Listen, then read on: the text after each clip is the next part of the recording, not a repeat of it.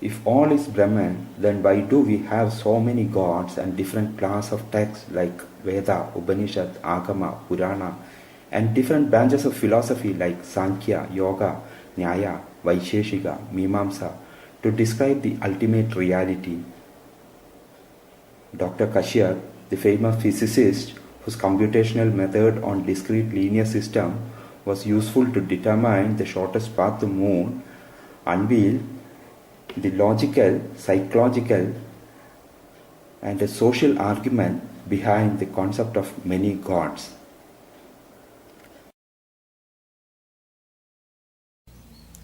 My good friend Sunil has a long list of questions. These are not simply friendly questions, but bordering on the hostile.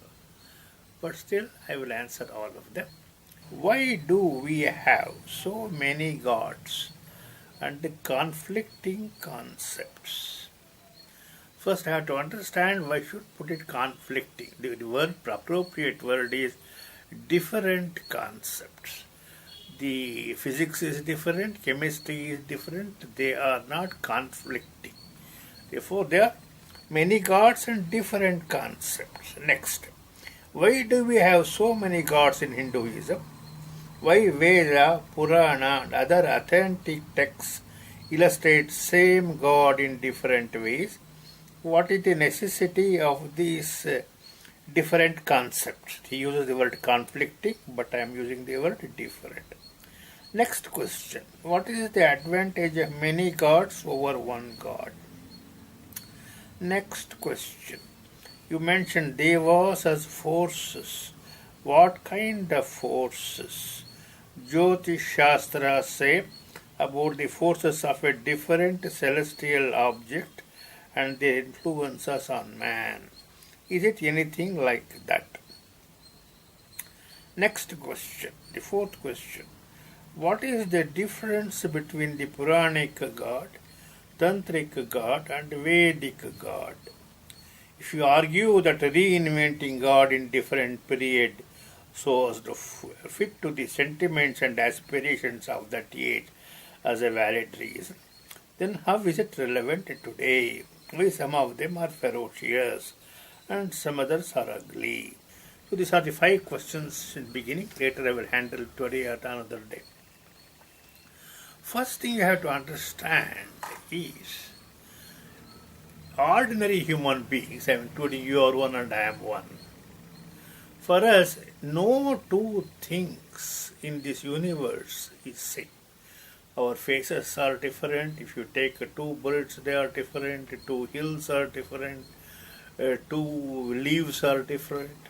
So, in this world, is characterized by the many, or English word is plurality. That is this idea. First thing we have to understand that. Therefore, there is nothing like 2 identical human beings, even of outside. You know, human beings are very complex, their thoughts we don't know. So, first thing you have to understand is you have to accept the plurality in this universe, that everything in this universe is different. Once you accept that, and remember how many beings are there, human beings itself about 6.5 billion, not to speak of, let us say, billions and billions. So, to include all of them, let us say, as living beings. So, the simplistic idea there is one God who controls everything doesn't simply make sense. The G-O-D, God, for the Westerners, the G, is generating, O, ordaining or altering or maintaining, and D, destroying, G-O-D. So single power like that doesn't make sense at all. Because how do you know that, you see, all of them think of their God as some sort of a super king. Therefore, super king is usually cruel. That is all the idea. We'll come back to it later idea, the Christian difference between the Christian. So in some sense, so people even in, we are not living in the 19th century, we are living in the 21st century. We have to understand that again and again. I have spent 35 years of the 20th century in the America, therefore I am quite aware. But in the 21st century, things are slightly changed. So I will first lay it out to you, even in America, there are people who are thinking that their view of their religion, some key ideas, they may have to import it from Hinduism. One key idea they have already imported is the idea of a karma, that what I do has implications. Second key idea is that of reincarnation or rebirth. Most people have this problem. I was born in a family, my father was a drink irresponsible, and my mother was the breadwinner. She gave a hard time, why should I have been born there? Or I have a daughter who is what we call as different ability, she can't walk. Then the only explanation for all of them, and also we have people who at the age of 3, they can sing very well. So the idea of a rebirth, this is not the only birth we have, and it is one of a series of rebirths. And therefore in some sense, but they still don't have the idea of a punishment is there still. They still have not come to the more modern idea how in each birth we learn something new. And that adds to it. That's how we can explain the idea of the geniuses at 3 or 4 who can solve math problems or music problems and that sort of thing. So first thing we have to understand is the modern mind with its complexity cannot be satisfied with the idea of one God. Therefore it needs the plurality. And this has been done very well in about 2010 in the Boulder, Colorado in the United States. There was a Professor Lori Lai Biernacki. She was the professor of Indian religions, and she wrote a piece in 2010 in the popular or the newspaper of the United States, Washington Post. And there is a column called On Faith. It was there. Therefore, and it was caught the attention also of Professor Francis Clooney. He is the professor in the Harvard Divinity School. He is originally from Kerala, therefore he knows Malayalam. And of course then he is now the professor. He is a Catholic, of course. He belongs to the Society of the Jesus, SJ, and that sort of thing. Therefore he comments on her paper.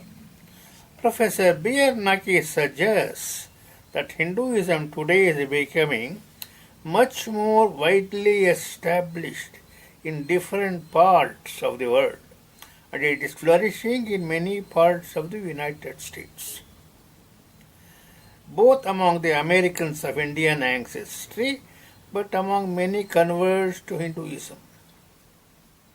In her piece, Biernacki recollects Lisa Miller's essay in the Newsweek a few months ago, that is again 2010, on how Americans are becoming Hindus ideologically.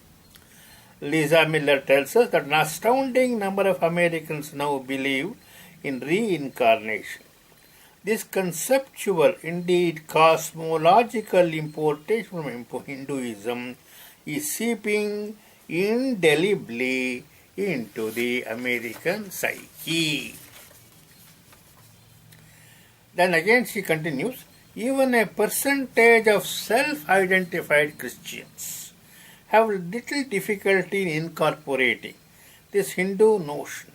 Similarly, the word and concept of karma is so commonly parlayed in everyday conversation that its Hindu origins no longer even register, as the concept finds its way across wide ranges of socio-economic circles and in all sorts of milieus. Biernacki speculates that Hinduism, or she puts the plural Hinduisms, is uniquely able to be local, What is global? Global and local. Present across the globe, yet still local in a multitude of particular identities. This Hinduism, she goes on to say, meets our needs, offering a kind of proliferation of particularities, particular gods, particular practices among communities that might not ever had any access to these new imported Hindu perceptions, at least for the West, beconing a rich and strange metamorphosis. She concludes by suggesting that Hinduism may help us by showing us where we are going. Our own increasingly, her article again, our own increasingly plural world might take some solace, find a steady ease in the Hindu comfort with a multiple gods, multiple practices, simultaneous multiple ontological structures of monotheisms, monisms, polytheisms and pantheism. Ontology basically is asking this question, how do our being become? In this sense, the future of Hinduism suggests a kind of opening to a global world, in a way that sidesteps the vision of one world government or one world ideology. It imposes instead a world model without a hegemonic center. It proposes instead a world model without hegemonic center, linked by a thread of cosmology, multiplicity instanced as a network, a seamless interconnectivity that echoes a conceptual cosmology from Hinduism's past into our own global and local future. Therefore, Professor from Kerala, Francis Clooney says, it is an interesting essay that deepens Lisa Miller's Newsweek piece. I recommend reading all of it. I am tempted to confirm her insights out of my own experiences, including my recent brief encounter with the Amritanandamayi Amma. And before it stops there and continues. The first thing you have to understand is, in this complex world, the idea of thinking there is one particular thing which solves all our problems, one God, one things, it simply is too little. Therefore, for example, in the Christian world, people ask the question, they didn't bother about that, but now when that New York sort of Twin Towers were bombed, 10,000 people were killed. Therefore, all the Muslims who bombed think they will go to heaven. But the people ask the question, what is it? Is it the sort of heaven you want to go? Is it hell or the heaven? Therefore, there should be different explanations. Therefore, in some sense, we should ask ourselves, because we choose our dress, we choose our faith, we choose our books. Therefore, we should ask what the theology we want. Do you want to accept such a theology of one God for the whole universe? No. For this is the idea of a global and a local. Therefore, local means that we will think of some appropriate thing.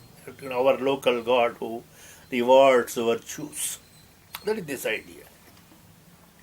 So this is the background for all the answers I am going to give. What is it? Why do we Hindus have so many gods? The answer is because our complexity. Look at it. See, our human body is so complex. Just we don't understand it. We say hearing, each one is a complex. Therefore, complexity simply doesn't fall from the heavens. It is built in. It is made up of, for example, you take something like your transistor. You don't even know about it. Now take your CD or take your camera. You take such a complex thing. Therefore, then we say This complexity is there. It should have some planning and design. Therefore, the problems of hearing are different. Therefore, we call it as a system. Therefore, we call as a power, cosmic power, which controls our vision, a cosmic power which controls our hearing, our taste, and that sort of thing. Therefore, by means of hearing, you can't get taste. Therefore, we have to distinguish these powers clearly. The power of the hearing, the power of seeing, the power of taste. Just a simple idea. Not only the more intellectual things, power of thought and the power of silence and that sort of, they are more. Even at a lower level, we have to understand that. Why do we have so many gods in Hinduism? The reason is we are dealing with the different powers, WPERS, hearing, seeing, taste, smell, touch, and how we relate to a dog, a cat, or ant. Therefore, we are all dealing with different things. Therefore, there is a need for different cosmic powers. We call them as the devas or gods. Gods is a bad word, but deva means source of light. Therefore, there is intelligence. Look at your eye or hearing. Cannot have been there without some massive intelligence. You should remember, all of our artificial eyes and artificial ears haven't done much of a good anyway. We pay so much of money, that's all. I have a hearing aid, it has highly limited ability, that's all I can say. I have a spectacle, the same problem. So first point is, we need so many gods, as in the essay made by American professor. We are dealing with the massive amounts where we understand everything is different. When everything is different, do you think one center will do? Answer is no. Second part, why Veda, Purana, other texts illustrate same God in different way? The answer is they don't describe the same God at all. They use the same name. Just as you have a Sunil, millions of Sunils in India, millions of Josephs in the world, millions of Pauls, they are different persons with the different characteristics, and that's it. Therefore, the God, Deva in the Purana, is different from the Deva in the Veda. I focus mainly on the Deva in our earliest books, the Rigveda, Yajurveda, etc. Okay. You see, the point is, the deep thoughts of the Rigveda somehow came to an end like everything else. And therefore, the Puranic people, when they started recovering that, they had a problem. First of all, they couldn't appreciate the depth. Secondly, they felt if you follow the old model, then again people may not have interest. Therefore, what they did was, for these devas, they introduced human qualities. In the devas of the Veda, they are all always in some sense harmonious. There is no fighter quality.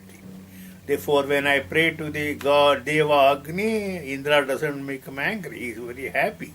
He is praying to a Agni or Indra. Therefore, when we define the word one, unity comes in. What is it? Unity is this state where there are multiple cosmic powers which are all working harmoniously for the benefit not only of human beings, but all beings living and non-living on the earth and other planets if we have. Therefore, so what is the problem? Since the later people in the Purana couldn't quite accept it, they created, shall we say, popular stories. That way they felt at least our modern people can remember them. That is this idea. Therefore, they have to make a change for that. Therefore, they are not conflicting ideas. They are different ideas. Very important. To give an example, all of you know physics. There is the physics, for example, for the grade schools, physics for the advanced schools.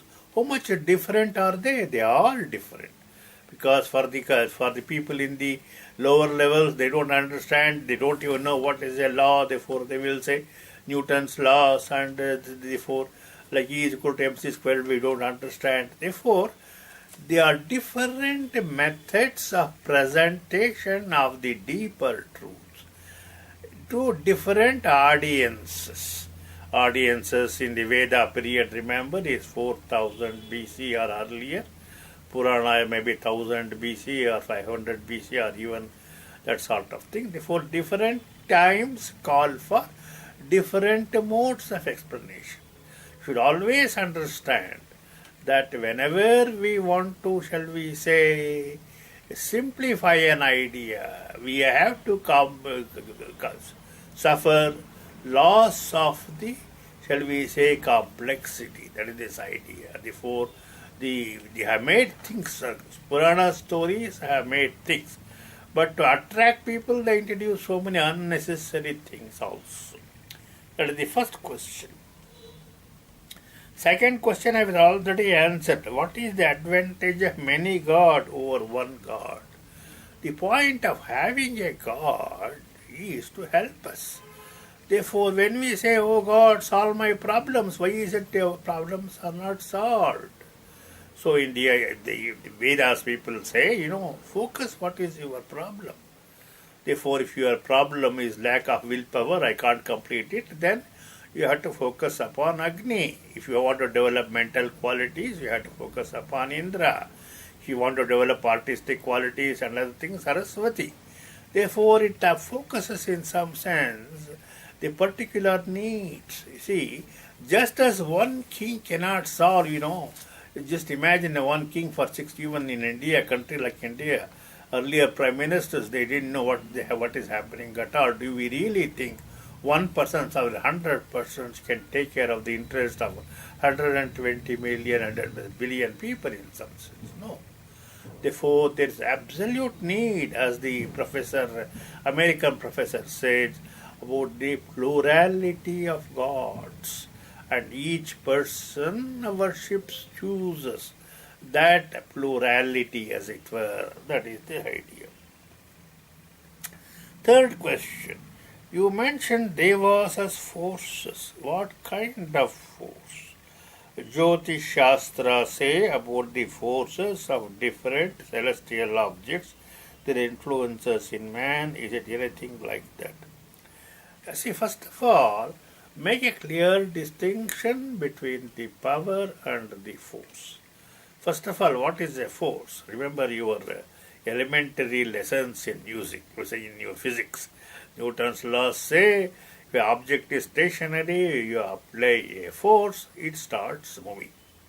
So similarly, when you apply, for example, put all of your vegetables and water on heat, then you get your sambar. It is the combustion force at work. Therefore, we have different types of forces, first of all, different types. But behind each force, there is a power which gives that particular type of force. There is a cosmic power and a cosmic force. Why do we use the word cosmic? Because it is not local, it is everywhere. Not only India, not only on Earth, it is on the moon. And one of the significant books to come out, the Harvard University Press, by author known as M.A.C.K. Mack, he says, we moderns are so narrow. We think of all the, we know galaxies, everything is a vacuum. That is not true. There is no vacuum. These are all powered by the cosmic powers, the cosmic forces, and shall we say their intelligences, their thoughts, everything is there. So, for example, in our Indian tradition, we know that, for Americans, for example, when evolution was discovered, it is normally given to our Darwin is considered the father. But the same articles appeared by a Wallace also.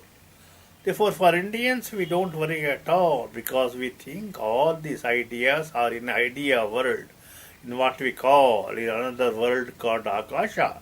Therefore, you simply tap them as it were, it comes to you. Therefore, the multiple discoveries of the same result is not something new, not something source of quarrel as in the West. Therefore, the question is, therefore, the point is, make a distinction between the cosmic power and the cosmic force. You simply have to open your eyes to understand the different cosmic forces at work. There is the power of combustion, there is the power of tasting, for example. It doesn't fall into any category at all. So, corresponding to each, for example, you have the power of the sort of the force which makes us hear, which allows us to touch, and all these sorts of things. Therefore, what are the forces? We can't explain them because they are cosmos. You can't even explain. For example, how do your fingers sort of, your things grow? We can't make anything at all. Therefore, don't ask for explanation.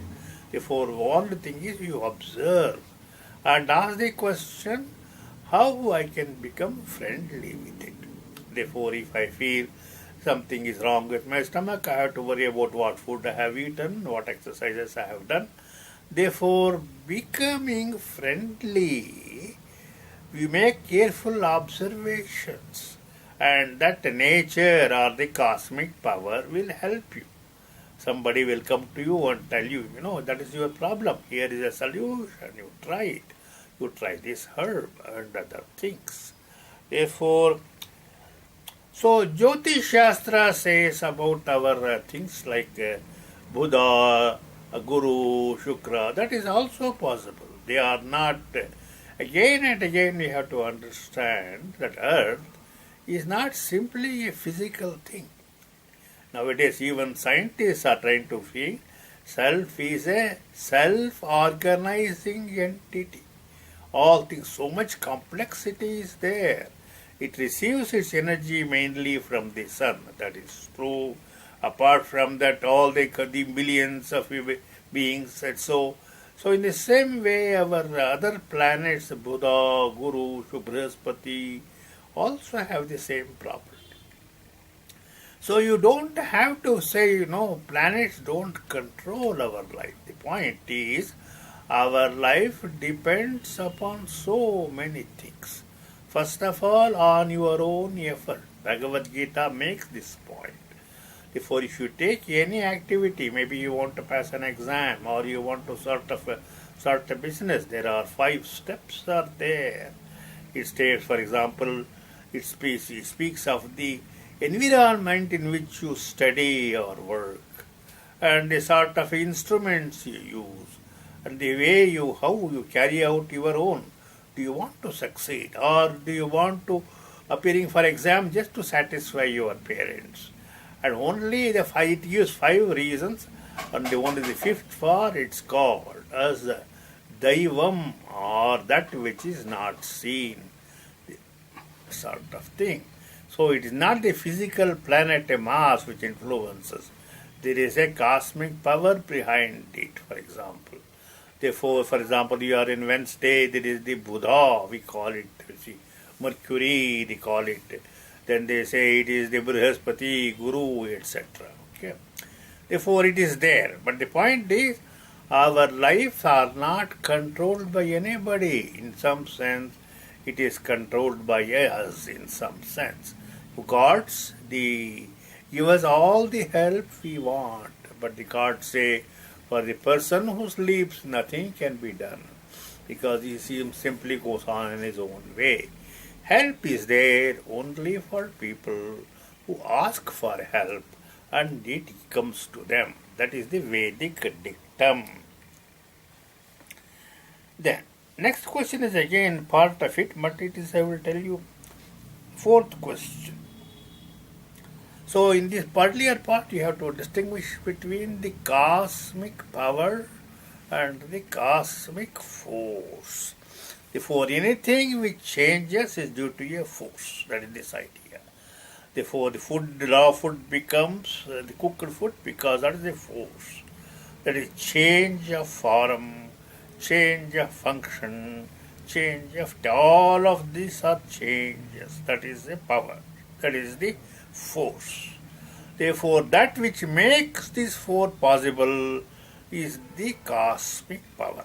And for them we give the name Agni, Indra, for the Lord who causes the rain, we call it Parjanya.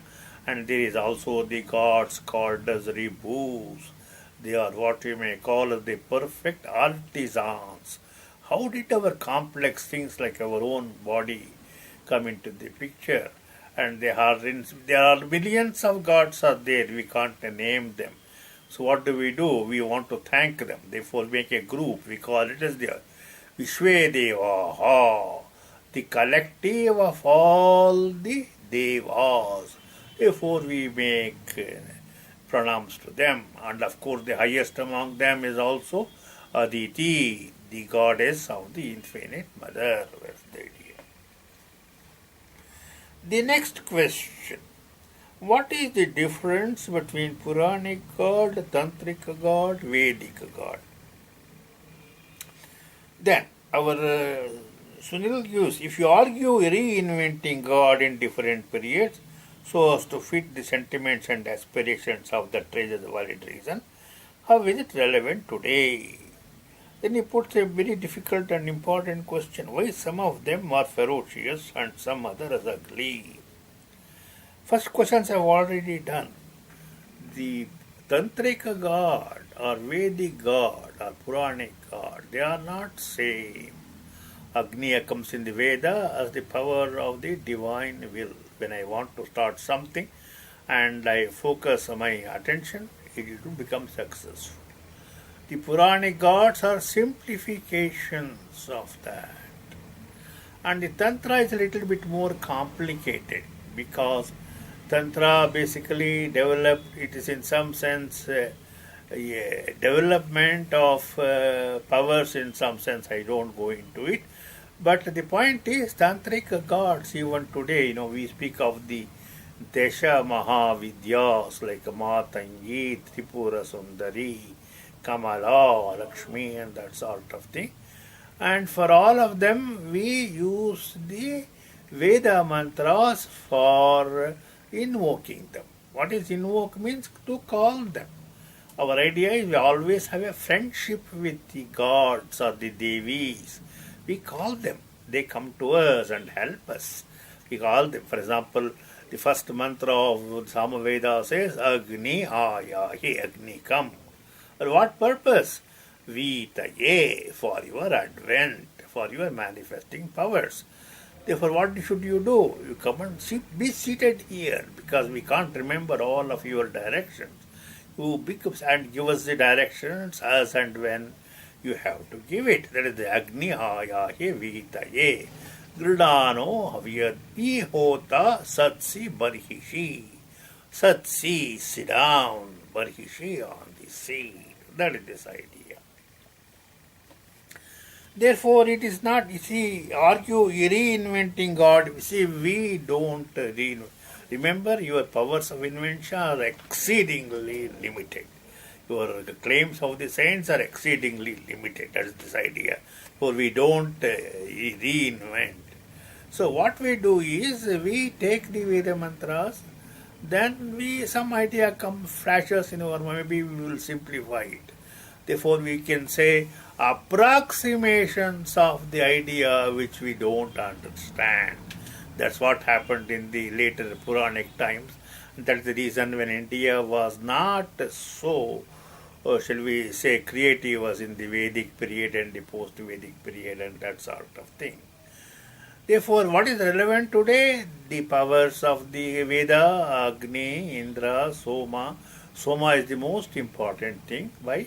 Because he is the god of the delight. Therefore, most people say of the joy in the work, that concept was the Vedic idea.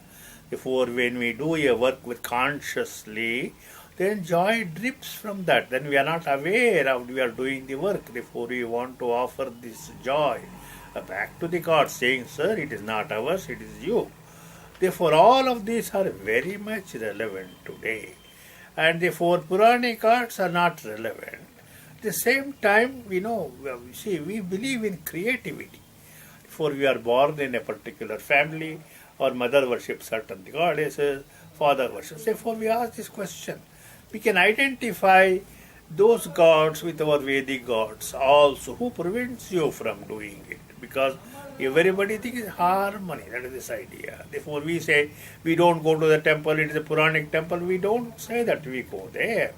But when we offer pranams, we say, hey, this is the same God as our Vedic God. We offer pranams to them. That this idea. Last question is much more difficult. Why some of them are ferocious and some others are ugly? It's a very important idea. In the Veda, the Devas are there. They are the powers of light. But also there are forces which oppose this light.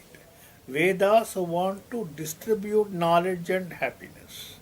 But there are other forces which don't want to spread the knowledge. And they want to destroy libraries and that sort of thing. They are called as the demons, Rakshasas. Look at the Kashmir, where 100,000 people were driven out of their homes. We can't understand the difficulty of people who on fine morning they are thrown out of the house, they have nowhere to go. All these are people who are under the control of these demons or the Rakshasas.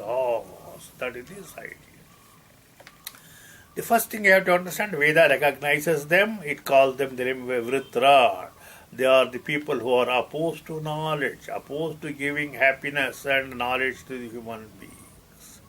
Therefore, people who are also, we are seeing the people of the Islamic terror. The problem with all of this is, most people, since we are safe, we don't worry about other things at all. So, then the point arises, how do we meet them? Therefore, it is in that sense, in our Puranas, for example, we have the story of the Narasimha, the lion, god-man lion, who is upper part of the body is a man, but the lion and lower body, and he kills this demon. Therefore, in some sense, we have the proverb in Kannada, Sanskrit, everywhere. You have to remove a thorn by a thorn. Therefore, if you have to remove these sort of negative things, you have to use a negative force also. Remember, how did the Second World War end? It ended in Japan.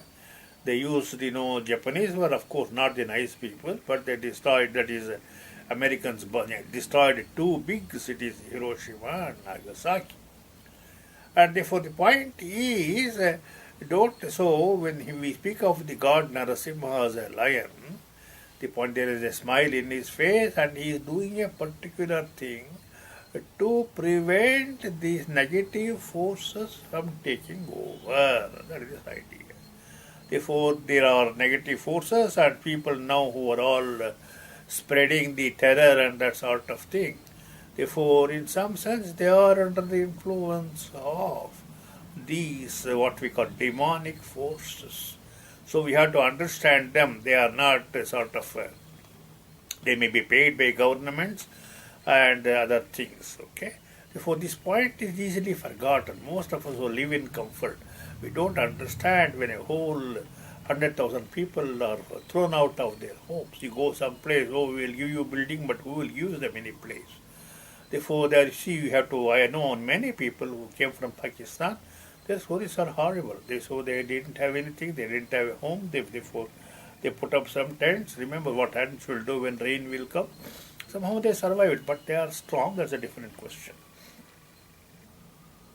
So, my question is, it is not the gods who are ferocious, there are some necessity for the ferocity of the gods. And ugliness, beauty is always in the sense of the who views it. Since you don't like a particular face, you call it ugly. For all Americans, they thought blacks were ugly. Therefore, they did not even think there is this great idea that blacks are official Supreme Court rule made in 1812 and that sort of thing. The black Negroes are not human beings. Therefore, they are only half human beings. Therefore, you can definitely sell them. That is this idea. Therefore, every culture, of course, now people know there are beautiful black persons also. Therefore, ugliness is the point, that is, the human beings develop that power for which we don't like, we call it ugly. Therefore, beauty is a very, very difficult notion. Therefore, when beauty must have, you must have good qualities also. You must have sincerity. You must have ability to be friendly with all people. Then only qualities, real qualities like beauty will manifest. If you are all the time thinking of destroying, that is only ugliness, that's all. Okay. Therefore, so we have speak the idea of the Devas. I particularly focus again and again of the Devas of the Vedic period. Deva means source of light and the source of strength coupled with wisdom. He simply doesn't worry. Not like us, we become angry with a person, we want to punish. No such thing. Everywhere in the Veda, there is a friendship of the gods. The first Sukta says, "O Agni, treat me just as a father would treat his son." Another mantra says, "O Agni, I am your friend." Therefore, maybe another mantra basically say, "I am you and you are me." That's how Soma says in one mantra. Therefore, this idea that they are just as if they are, even though one is a cosmic power and another one is ordinary human being, still they didn't consider them lower. Therefore, to understand the Vedic ideas, we have to think of the web idea only. The connectivity idea which the American professor mentioned. Imagine a huge web where everything, each living thing is a node. I am a node, you are a node, Agni is a node, Surya is a node. Doesn't matter how much power they have, how much strength they have. Then ant is a node, and again the snake is a node, and the hill, they are also nodes. Everything is connected. That is networking. Therefore, I can imagine, I can contact Agni or Indra. It doesn't matter where they are. I can imagine friendship with a snake. That is this idea. And therefore, all of these network, therefore each person puts out his positive thoughts and negative thoughts. This leads to equilibrium, and the power of the God, harmonious God, is in some sense making sure the whole web works appropriately. That is the purpose. So, they are not the people who are simply going to give you boons and that sort of thing. That's not the idea. This is most higher. Why do we again a plural? That's exactly the reason. Therefore, this complex web cannot be maintained by a single one, because it is really a multiplicity. Therefore, again, there we have the female gods also we have. So, this is the first part of this question.